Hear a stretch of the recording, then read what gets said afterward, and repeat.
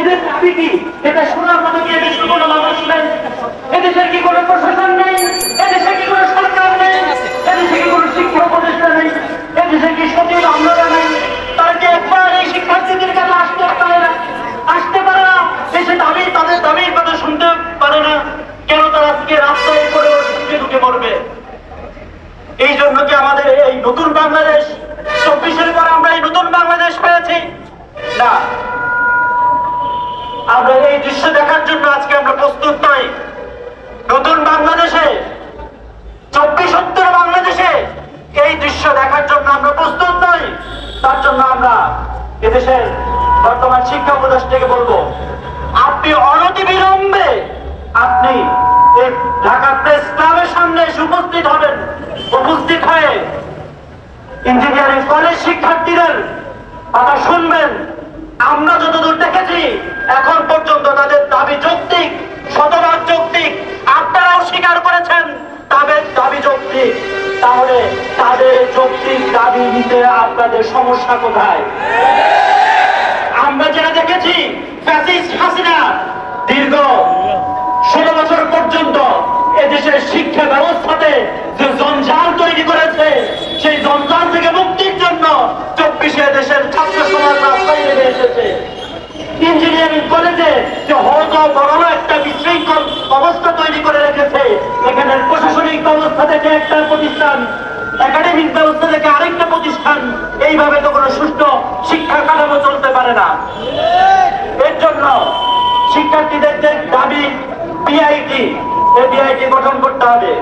এই বিআইটি গঠন করা ছাড়া এই শিক্ষার্থীরা এই আন্দোলন থেকে সরে যাবে না।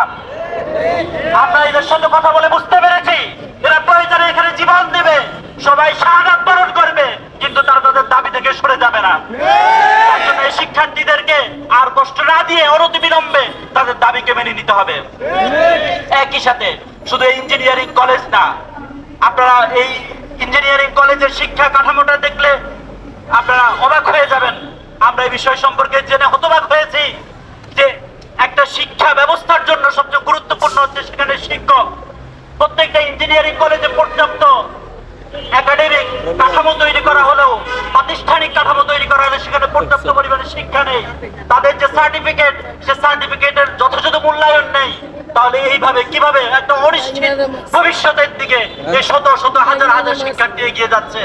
তাদের ভবিষ্যৎ কি তারা রাষ্ট্রের কাছে জানতে চায়।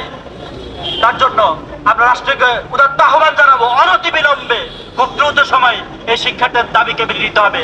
আমরা ইসলামী ছাত্র আন্দোলন বাংলাদেশ অতীতে শিক্ষার্থীদের সকল আন্দোলন সংগ্রামে শিক্ষার্থীদের পাশে ছিলাম, তাদের সকল দাবি আদায় তাদের শিক্ষার্থীদের পাশে ছিলাম। আজও আমরা এই ইঞ্জিনিয়ারিং কলেজ সংস্কার আন্দোলনে শিক্ষার্থীদের পাশে আছি এবং পাশে থাকবো যতক্ষণ পর্যন্ত তাদের দাবি আদায় না হবে। আমরা ততক্ষণ তাদের সাথে আন্দোলন চালিয়ে যাবো ইনশাআল্লাহ। আমরা একই সাথে সকলকে উদাত্ত আহ্বান জানাবো, আমাদের ভয় পাওয়ার কিছু নেই। আমাদের দাবি যদি সঠিক হয়, আমরা যদি ন্যায় সত্যের পথে থাকি, তাহলে আমাদের বিজয় সুনিশ্চিত। আমাদের তার জন্য আমাদের কাউকে ভয় করতে হবে না। আমরা যে ব্রত নিয়ে নেমেছি রাজপথে, সেই আমাদের লক্ষ্যকে আমরা সফল করে মাঠে ফিরবো। এর আগ পর্যন্ত আমরা সবাই এক থাকবো, আমরা সবাই ঐক্যবদ্ধ থাকবো। আমরা আমাদের দাবি আদায় করে আমরা বাড়িতে ফিরবো ইনশাআল্লাহ। সবাইকে অসংখ্য ধন্যবাদ। ইসলামী ছাত্র আন্দোলন বাংলাদেশ আপনাদের পাশে আছে, পাশে থাকবে ইনশাআল্লাহ। ধন্যবাদ আমাদের ভাইকে। প্রিয় সাংবাদিক বন্ধুগণ, আপনাদেরকেও ধন্যবাদ। প্রিয় সাংবাদিক বন্ধুগণ, আমরা আপনাদের একটা বিষয় জানিয়ে দিতে চাই। 30 ঘন্টা পার হয়ে গেল, এখন পর্যন্ত আমাদের সাথে গভর্নমেন্ট থেকে একজন লোক যোগাযোগ করেনি। প্রিয় সাংবাদিক বন্ধুগণ, আমি আপনাদেরকে অনুরোধ করব, আমরা যে গতকাল দুপুর 12টা থেকে এখানে অনশন করতেছি, অলরেডি আমাদের কয়েকজন ভাই হসপিটালাইজ হয়ে গিয়েছে। আপনারা লক্ষ্য করেন আমার পাশে আমার একজন ভাই স্যালাইন দিয়ে অবস্থায় আছে, তার অবস্থা অত্যন্ত গুরুতর।